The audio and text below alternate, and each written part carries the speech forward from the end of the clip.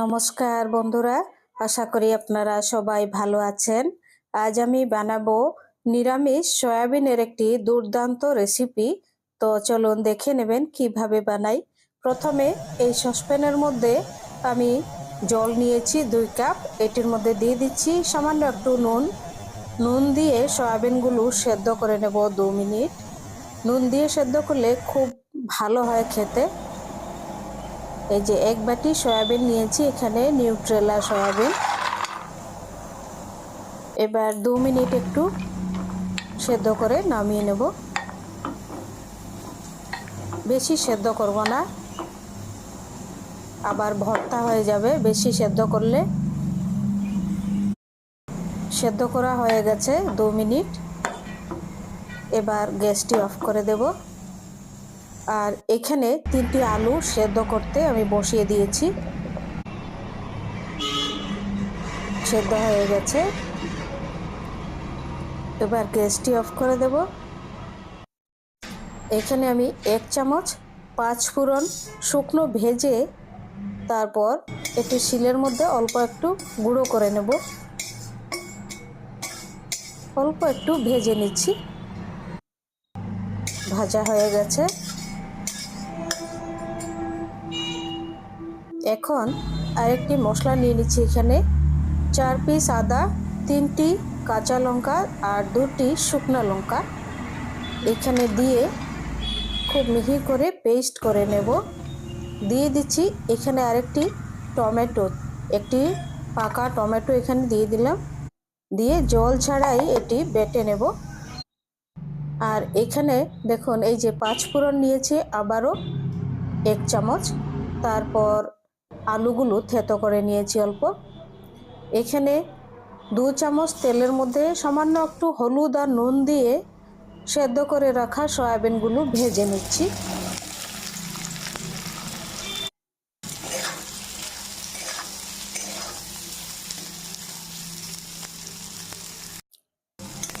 Soybean ভাজা হয়ে গেছে। এখন এটি তুলে নেব।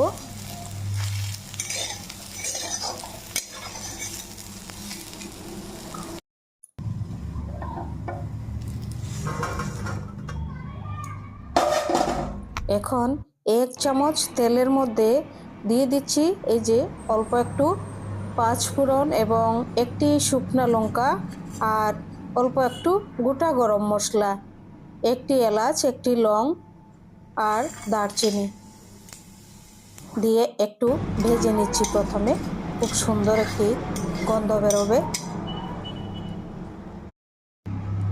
ভাজা হয়ে যাওয়ার পর 5 ফোড়ন এবার দিয়ে দিচ্ছি বেটে রাখা টমেটো, শুকনো লঙ্কা, কাঁচা লঙ্কা, তারপর আদা। এখন দিয়ে দিচ্ছি এই মশলার মধ্যে 1 চামচ জিরা, আধা চামচ ধনিয়া, আধা চামচ হলুদ দিয়ে 10 মিনিট খুব ভালোভাবে কষাবো। এবার দিয়ে দিচ্ছি 1 চামচ লবণ।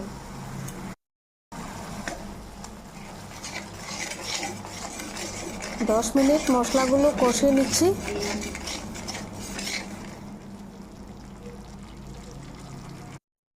মশলা কষানো হয়ে গেছে।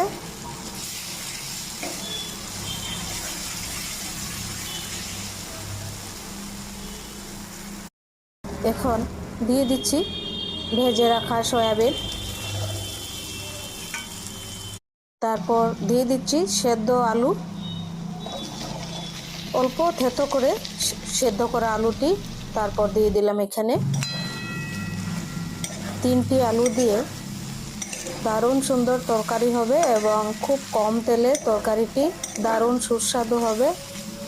এবার খুব ভালোভাবে এটি 5 মিনিট কষানোর পর দেখুন আবারও কষিয়ে নিচ্ছি এটি 5 মিনিট।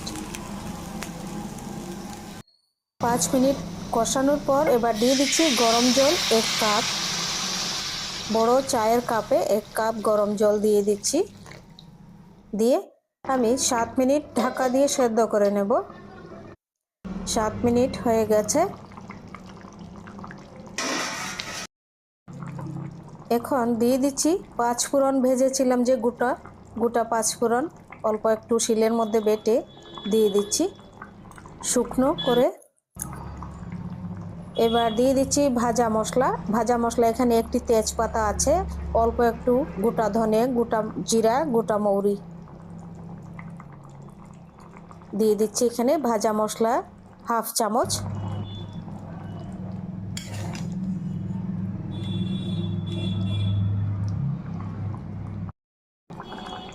এখন দিয়ে দিচ্ছি 1/4 শাহি গরম মশলা পাউডার।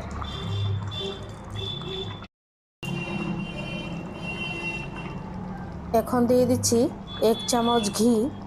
ঘি দিয়ে তরকারিটি নামিয়ে নেব। আর অসাধারণ হবে খেতে, এরকম বানিয়ে খেয়ে দেখবেন, অসাধারণ সেন্ট, যেমন গন্ধ সুন্দর তেমন খেতেও দারুণ টেস্ট। হয়ে গেছে নিরামিষ সয়াবিনের রেসিপি। তো আপনাদের যদি রেসিপিটি ভালো লেগে থাকে চ্যানেলটি সাবস্ক্রাইব করবেন, লাইক করবেন, অনুগ্রহ করে কমেন্ট করে জানাবেন কেমন লেগেছে আপনাদের এই নিরামিষ সয়াবিনের রেসিপিটি। আর এরকম অবশ্যই বানাবেন, অসাধারণ খেতে হয়।